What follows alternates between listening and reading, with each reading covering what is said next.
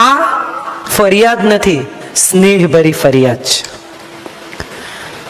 એ પછીનો સમય આવ્યો મારા માતા પિતાના લગ્નનો. પ્રેમ લગ્ન કર્યા. મારી મા ઉંમર સાડીની જે સ્વામી આનંદને જયભાઈએ યાદ કર્યા, એ સ્વામી આનંદે મારી માના દાદાજી એટલે મોનજી રુદર વિશે જબરજસ્ત નિબંધ લખ્યો છે. હું એ પરિવારમાંથી આવું છું કે જેમાં 125 વર્ષ પહેલા એક વિધવા, બાળ વિધવા દીકરીને પરણાવવામાં આવી, ન્યાતે બહાર મૂક્યા અને હજામ આવે નહીં તો મારા મમ્મીના દાદીએ ઓટલા પર બેસીને મારા મમ્મીના દાદાની દાઢી કરી. હું એ પરિવારમાંથી આવું છું. એટલે હું રિબેલ છું એમાં કંઈ બહુ નવાઈ નથી, આ ડીએનએ છે. પણ જે વાત મારે કરવી છે એ કરવી છે કે ન્યાત બહાર મૂકે અને મારા નાનાજી ને મારા નાનીના લગ્ન થઈ ગયેલા, પણ હજી આણું કરેલું નહીં. મારા નાની પ્રેમચંદ રાયચંદમાં ભણે, એમનું પિયર નવસારીમાં. રસ્તામાં કિલ્લા પારડી આવે, જે જ્યાંથી બોરલાઈ જવાય, મારા મોસાળ. મારા નાનાએ એક પત્ર લખ્યો કે ન્યાતવાળા તને અને મને ભેગી નહીં થવા દે. પરણેલી પરણેતર છે, કોઈ ચોરી ગુનો નથી. હું બીજાને પરણીશ નહીં ને તને કોઈ પરણશે નહીં. જો આપણે સાથે રહેવું હોય તો પારડી સ્ટેશને ઉતરી જજે તું જ્યારે વેકેશન પડે. પ્રેમચંદ રાયચંદ સ્કૂલમાં, ટ્રેનિંગ સ્કૂલમાં પીટીસી કરતા તમારા નાની. પારડી ઉતરી જજે, હું તારી પ્રતીક્ષા કરીશ. સાહેબ, આ વાર્તા સાંભળજો. અને દાંપત્યનો આવો દાખલો જો આપણે આપી શકીએ ને તો હું માનું છું જીવન સફળ છે. હવે કઈ તારીખે વેકેશન પડે ને કઈ તારીખે જવાની આવી ખબર નહીં. એટલે એ રોજ જાય, રોજ સ્ટેશને ઉભા રહે. અમદાવાદથી આવતી 4 ગાડીઓ પસાર થઈ જાય પછી ઘેર જાય. અને આવું એમણે 12 દિવસ કર્યું. 12મા દિવસે મારા નાની ઉતર્યા, મંગળાબેન એનું નામ. લગ્ન કરીને આણું નહીં કરેલું, વહુને ઘેર લઈ આવ્યા અને કાગળ લખી દીધો કે મેં એને પારડી ઉતારી લીધી છે, એની ચિંતા કરશો નહીં.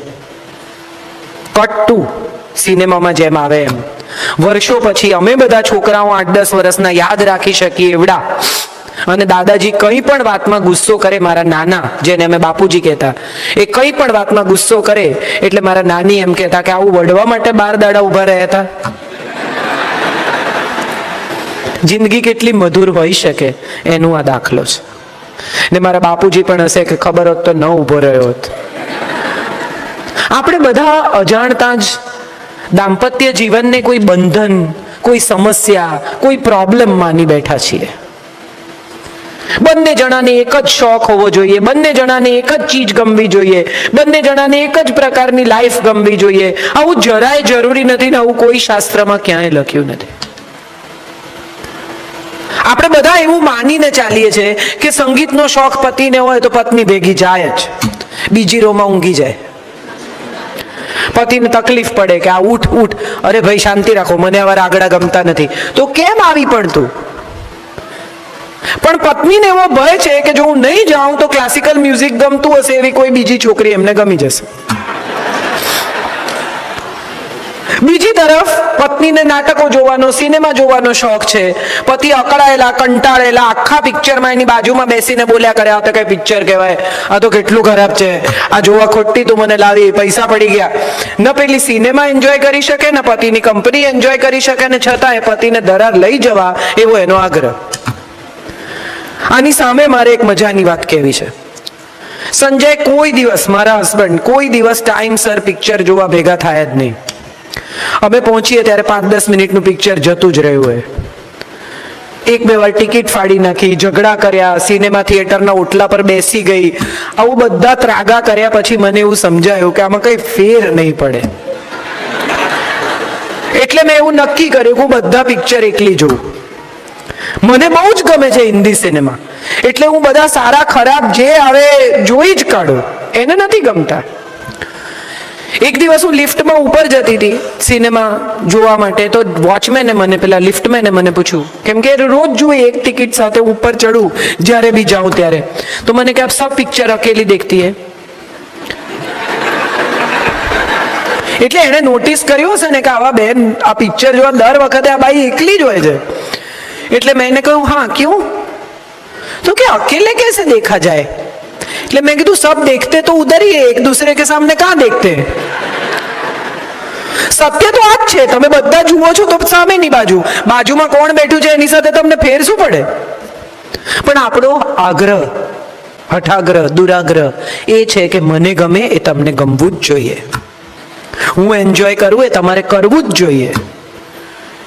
મારા સગા સાથે તમે સારો સંબંધ નથી રાખતા, હું તમારા સગા સાથે બહુ સારો સંબંધ રાખું છું. તમે ભલા માણસ છો, તમે રાખો, એ નથી તો એ નથી રાખતા. આમાં આપણે શેને માટે દરેક વાતે ત્રાજવા લઈને ઊભા રહી જઈએ છે કે હું આટલું કરું તો તમારે આટલું કરવું જ પડે. ભારોભાર તોલી આપો, બાકી નહીં. અને ભારોભાર તોલે ત્યાં સુધી તો વાંધો નથી, ઘણાને તો નમતું જોઈએ કે હું કરું એનાથી વધારે તમારે કરવાનું. દાંપત્ય જીવન એ કોઈ બાર્ટર સિસ્ટમ નથી. તમને ગમે તો તમે કરો, તમને મજા પડે તો તમે આપો, તમને ગમે તો તમે જીવો, તમે સ્નેહ કરો, વાલ કરો, ક્ષમા કરો, સમજણ બતાવો. પણ તમે બતાવો છો માટે સામેની વ્યક્તિએ બતાવવી જ પડે, આ આગ્રહ નકામો છે. આપણા બધાનો પ્રોબ્લેમ એ છે કે આપણે એવું માનીને કરીએ છીએ કે હું કરું એટલે કરશે. આ ઇન્વેસ્ટમેન્ટની જેમ કરીએ છીએ. જયભાઈએ કહ્યું ને કે બેંકમાં નોટ નાખો, પછી એ નોટ એની એ કરન્સી તો તમારી પાસે પાછી આવે નહીં. દાંપત્ય જીવનમાં પણ એવું છે. તમે માફ કરો, તમે કાળજી કરો, તમે સ્નેહ કરો, તો એ એની રીતે સ્નેહ કરે, એ એની રીતે કાળજી કરે. તમે બહુ અત્યંત ઉભરાઈ જતા હો, સ્ત્રી સામાન્ય રીતે પણ બહુ કલ્પનાશીલ છે, સંવેદનશીલ છે, રોમેન્ટિક છે, સરપ્રાઈઝ આપે બર્થડે ને દિવસે ઊંઘમાંથી 12 વાગે જગાડીને. હવે તો 40th બર્થડે ની સરપ્રાઈઝ ગજબ ચાલી છે. અંધારું હોય ને બધા ઘરમાં હોય ને પછી પેલા બેન બહારથી આવે ને એકદમ લાઈટ થાય ને બધા ઓ કરે ને પેલા બેન કે ઓ માય ગોડ. મને અંગત રીતે એવું લાગે છે કે લગ્ન જીવન એ સરપ્રાઇઝિસ, રોમેન્સ, કલ્પનાશીલતા, બાર્ટર આવી કોઈ ચીજ જ નથી.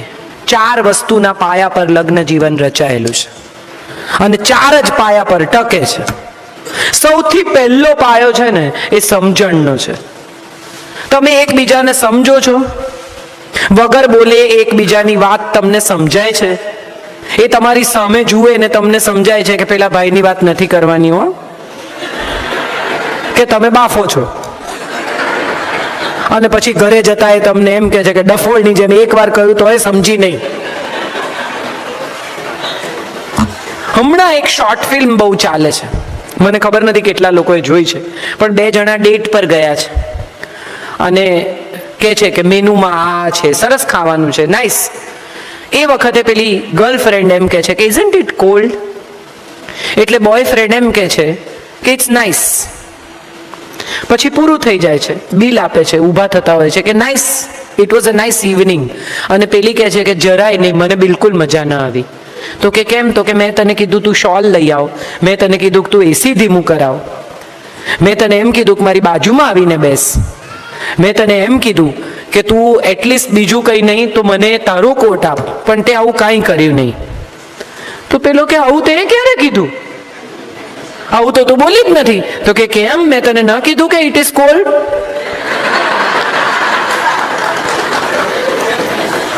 આપણે બધા અનસેડ વર્ડ નથી સમજી શકતા. આઈ લવ યુ કહેવાય ને તો જ પ્રેમ. કેટલી બધી પત્નીઓની સિરિયસ ફરિયાદ હોય છે કે આટલા વર્ષમાં મને કોઈ દિવસ આઈ લવ યુ પણ કીધું નથી. મારે બધી પત્નીઓને પૂછવું છે કે તમે માંદા પડ્યા ત્યારે દિવસમાં 5 વખત તમારા ખાટલા પાસે આંટો મારી ગયા છે? ઓફિસ ન જવું હોય એવા મન સાથે ઓફિસ ગયા છે? બધા એકબીજા સાથે વાત કરે છે કારણ કે બધાને સમજાય છે કે આ હારી કહે છે સાચું.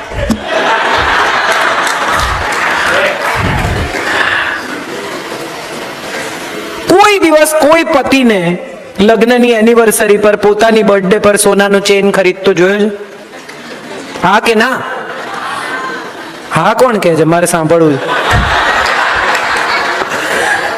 જીતવાનું નહીં, હું હંમેશા કહું છું કે જેની સાથે જીવવાની ઈચ્છા હોય ને એની સાથે જીતવાની જીત છોડી દેવાની.